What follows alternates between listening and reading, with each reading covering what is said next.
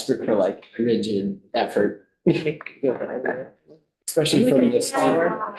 All right, thank you very much. All right, we are live. We are live. Good morning, folks. January 15th, House Government Operations and Military Affairs.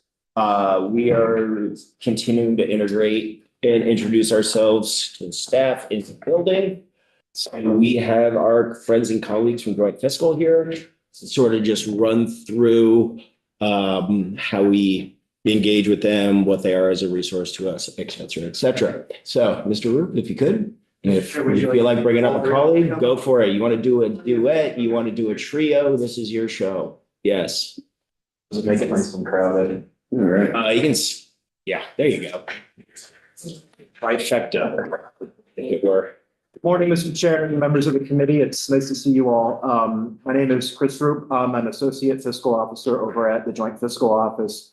And I figured we didn't prepare anything, but the chair asked us to come in and introduce ourselves. And that way you can put names and faces together and get a sense of the kind of work that we do. So you will not see us here every day because this is not a committee that we staff by statute, but you will often have bills that come through here that have a fiscal impact. So you will often work with us on the sidelines, maybe to say, hey, I got this idea. Give me a rough estimate on what it might cost.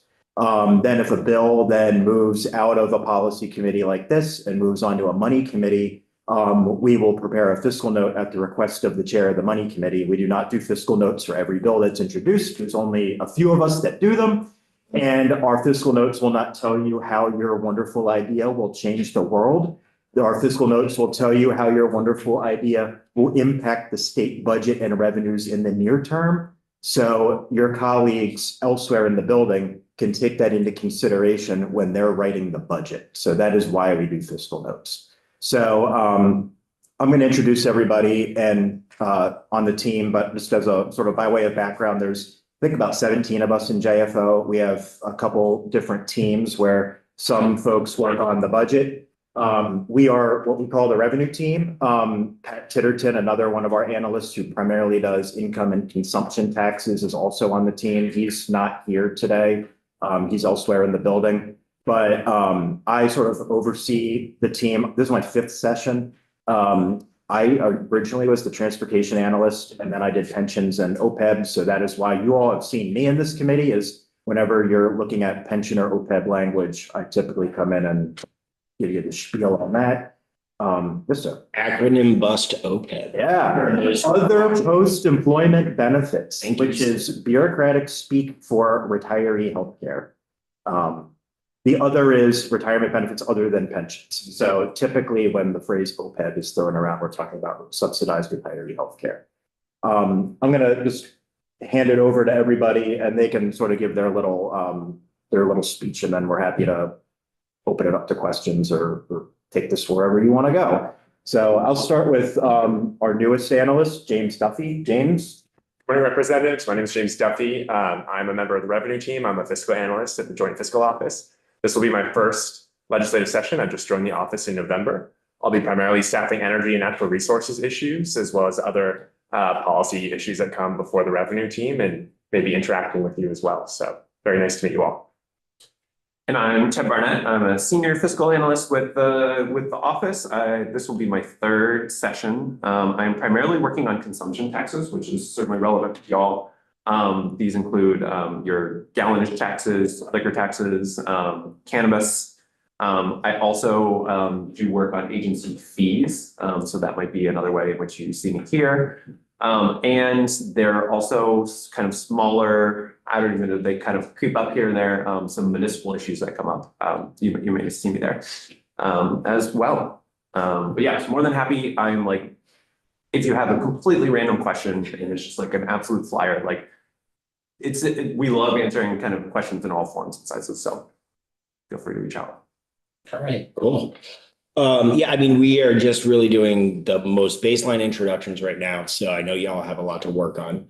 I mean, I do foresee us having a couple of conversations around the consumption conversations, CCB, DLL. We're gonna poke around at some of the revenue data that's coming in on some of those buckets. So we have some curiosities in and around that, so I know we'll be talking there. Obviously, the pension conversations never stop. But I was very encouraged with the treasurer's press conference last week. Was it last week? Oh my God, it seems like an arc of time, right? And those were delightful numbers to sit there and digest. So at least in the moment, that hard work is paying dividends, lack of a better way of putting it. And welcome aboard on energy, sir. Is that what you do to the new guy here? It's easy. With your own Make your own fun. So, all right, all joking aside, does anybody have any questions for these folks? New members, how to engage, anything? No? Oh, I'd like to see an example of how sharp your pencils actually are. I use pen. Yeah, we feel very confident. But we also don't do math in public. Yeah. Okay. you have like a decorative abacus? We should. Balance the budget by sliding beads around on a map.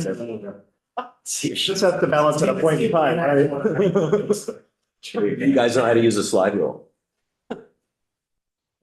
But I might be the only one who has ever used a fax machine on our team, and we have a surplus one that we're trying to get rid of right now.